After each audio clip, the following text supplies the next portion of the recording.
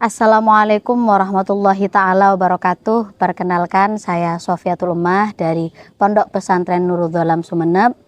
Dalam kesempatan kali ini saya akan menyampaikan hasil Bahsul Masail Komisi C di JP3M yang sangat dibutuhkan oleh halayak banyak untuk diketahui bersama, di mana terdapat dua persoalan yang dibahas dalam komisi tersebut. Pertama adalah berkaitan dengan kewajiban mengkonsumsi makanan halal. Kasus yang disampaikan dalam permasalahan tersebut adalah tentang mengkonsumsi makanan halal di tempat yang mayoritas penduduknya adalah non-muslim. Dengan pertanyaan boleh atau tidak seseorang mengkonsumsi makanan halal di restoran yang menyediakan makanan halal beserta dengan makanan non-halal.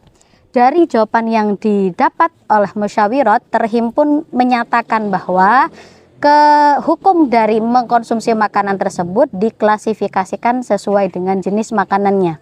Yang pertama adalah jika berbentuk daging maka hukumnya haram jika belum mendapatkan sertifikasi dari lembaga halal atau belum mendapatkan penjelasan dari orang yang sah penyembelihannya, atau dalam istilah syariat kita kenal dengan ahlul dzabih, yaitu bisa berupa orang muslim atau orang kafir kitabi.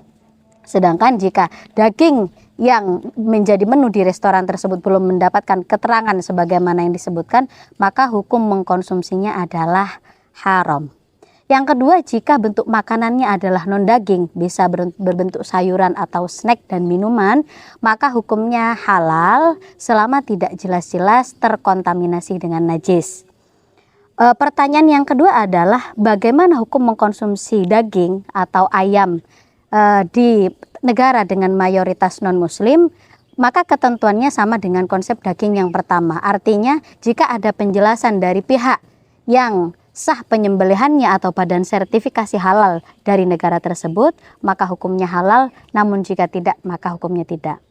Terdapat satu catatan sebagai solusi untuk orang yang tinggal di tempat dengan mayoritas non-muslim.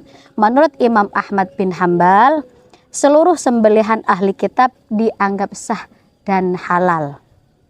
Nah, jawaban tadi diambil dari dan disarikan dari beberapa pendapat ulama yang berada diantaranya dalam kitab I'anatul Talibin, kemudian dalam kitab Fathul Mu'in dan Tuhfatul Habib. Untuk pertanyaan yang kedua juga cukup menarik tentunya, yaitu tentang kasus yang sering terjadi akhir-akhir ini, yaitu tentang owner skincare yang melakukan overclaim. Bagaimana hukum menjual belikan produk yang overclaim? Jawaban yang didapat dari hasil Bahsul Masail tersebut menyatakan adalah haram atau tidak diperkenankan, dengan alasan adanya penipuan atau istilahnya adalah gharar, yang tentu penipuan ini tidak dibenarkan oleh syariat. Untuk pertanyaan yang kedua menanyakan tentang bagaimana hukum owner skincare tersebut yang terkadang tidak tahu menau dan tidak memiliki keahlian dalam bidang kecantikan dan hanya melakukan maklon produk terhadap pabrik. Maka jawabannya adalah transaksi maklon tersebut dapat diperbolehkan jika lembaga yang diajak kerjasama sudah mendapatkan izin atau sertifikasi dari BPOM, yakni Badan Pemeriksa Obat dan Makanan.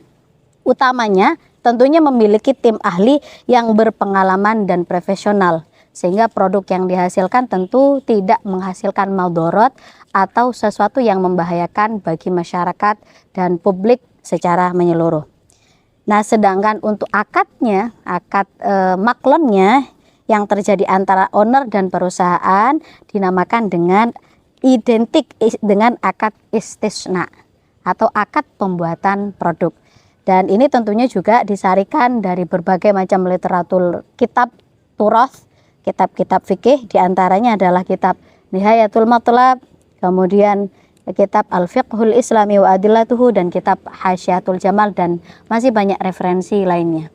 Semoga hasil dari Bahsul Masail yang telah ditetapkan oleh JP3M ini bisa menjadi sesuatu yang mengedukasi untuk masyarakat dan tentunya menjadi ilmu bagi kita bersama untuk lebih berhati-hati dalam menjalankan syariat yang telah ditetapkan Allah Dan semoga kedepannya Basul Masail bisa banyak membahas tentang problematika umat.